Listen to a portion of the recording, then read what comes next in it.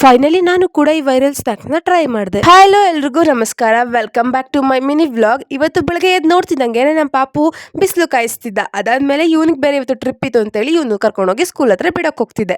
ಅವ್ನು ಹೋಗ್ತಾ ಇರೋದು ಇವತ್ತು ಝೂಗೆ. ಸೊ ನಾನು ಹೇಳ್ದೆ ಚೆನ್ನಾಗಿ ಎಂಜಾಯ್ ಮಾಡೋ, ನಡೆದು ಸುಸ್ತಾಗಿ ಬರ್ತೀಯ ಮನೆಗೆ, ಹುಷಾರಾಗಿ ಹೋಗಿ ಬಾ ಅಂತೇಳಿ. ಅವನನ್ನ ಬಿಟ್ಟು ಬಂದ್ಮೇಲೆ ಇನ್ನೇನು ಕೆಲಸ, ನನಗೆ ಓದೋದೇ ಕೆಲಸ. ಇನ್ನು ಎರಡೇ ಎಕ್ಸಾಮ್ ಐತೆ ಗೈಸ್, ಅದು ಮುಗ್ದೋದ್ರೆ ನನಗಂತೂ ಫುಲ್ಲು ಫ್ರೀ ಇರುತ್ತೆ.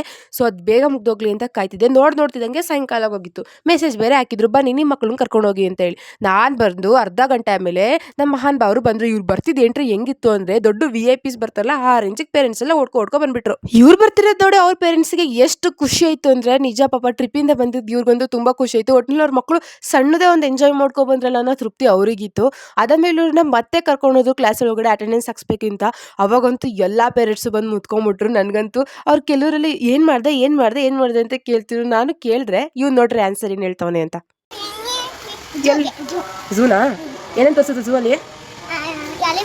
ಆನೆಮರಿ ತೋರಿಸ್ತು, ಮಂಕಿ ತೋರಿಸ್ತು, ಕರಡಿ ತೋರಿಸ್ತು, ಜಿರಾಫೆ ತೋರಿಸ್ತು, ಆಮೇಲೆ ಪಕ್ಷಿ ತೋರಿಸ್ತು.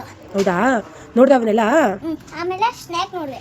ಆಂಟಿಗಂತೂ ಫುಲ್ ಖುಷಿ ಆಯ್ತು. ನಮ್ ಚಂದು ಹೋಗ್ಬಿಟ್ಟು ಒಂದ್ ಸ್ವಲ್ಪ ನಾಲೆಜ್ ತಿಳ್ಕೊ ಬಂದ ಅಂತೇಳಿ. ಅದಾದ್ಮೇಲೆ ಈವ್ನಿಂಗ್ ಬಂದ್ಬಿಟ್ಟು ಅಕ್ಕ ಬಾಯ್ಲಿ ಉಂಡಿ ಕಾಸು ಹೇಳ್ಸು ಅಂತ ಕರ್ಕೊ ಬಂದ್ಬಿಟ್ಟು ನೋಡಿದ್ರೆ ಉಂಡಿಲಂದು ತುಂಬಾನೇ ಕಾಸು ಕುಡಿಕವನೆ. ಆಮೇಲೆ ಆ ಕಾಸನ್ನೆಲ್ಲ ಆಂಟಿ ಕೇಳ್ದೆ ಏನ್ ಮಾಡ್ತೀರಾ ಅಂದ್ರೆ, ಅವ್ನಿಗೆ ಸೈಕಲ್ ಬೇಕಂತ ಕಣವ, ಸೈಕಲ್ ತಕ್ಕೊಂಡ್ ಕೊಡ್ತೀನಿ ಅಂತ ಅಂದ್ರು. ಆಲ್ಮೋಸ್ಟ್ ಒಂದು 3000 ಮೇಲೆ ಕುಡಿಕವನೆ. ಆದ್ರೂ ನಾವೇ ಯಾರು ಕುಡಿಕಿಲ್ಲ, ಅವ್ನು ಕುಡಿಕವನೆ, ಅದು ಗ್ರೇಟ್. ಅದಾದ್ಮೇಲೆ ಈವ್ನಿಂಗು ಏನಾದ್ರು ಟ್ರೈ ಮಾಡ್ಬೇಕಿಂತ ನೋಡ್ಬೇಕಾದ್ರೆ ಇನ್ಸ್ಟಾಗ್ರಾಮ್ ಅಲ್ಲಿ ಫುಲ್ ವೈರಲ್ ಆಗ್ತಿದ್ದ ಕಾಸರಗೋಡು ಚಕ್ಲಿನ ಟ್ರೈ ಮಾಡ್ಬೇಕು ಅಂತ ಅನಿಸ್ತು. ಸೊ ನಾನು ಟ್ರೈ ಮಾಡಿದೆ, ಮನೆಯವ್ರಿಗೂ ಕೊಟ್ಟೆ ಟೇಸ್ಟ್ ಮಾಡೋದಕ್ಕೆ. ಅವರು ತುಂಬಾ ಚೆನ್ನಾಗೈತೆ ಅಂತ ಅಂದ್ರು. ಅದಾದ್ಮೇಲೆ ನಾವು ಹಿಂಗೆ ಫೋನ್ ನೋಡ್ಕೊಂಡು ಕೂತಿದ್ರೆ ನಮ್ ಚಂದು ಬಂದು ನನ್ನ ಡಿಸ್ಟರ್ಬ್ ಮಾಡ್ತಿದ್ದ. ಬರಿಯೋ ಅಂತ ಅಂದ್ರೆ ಹಿಂಗೆಲ್ಲ ಆಡ್ತಿರ್ತಾನೆ ಅವನು. ಇಷ್ಟೇ ಹೊತ್ತಿಗೆ, ನಾಳೆ ಮತ್ತೆ ಸಿಗ್ತೀನಿ, ಟಾಟಾ ಬಾಯ್.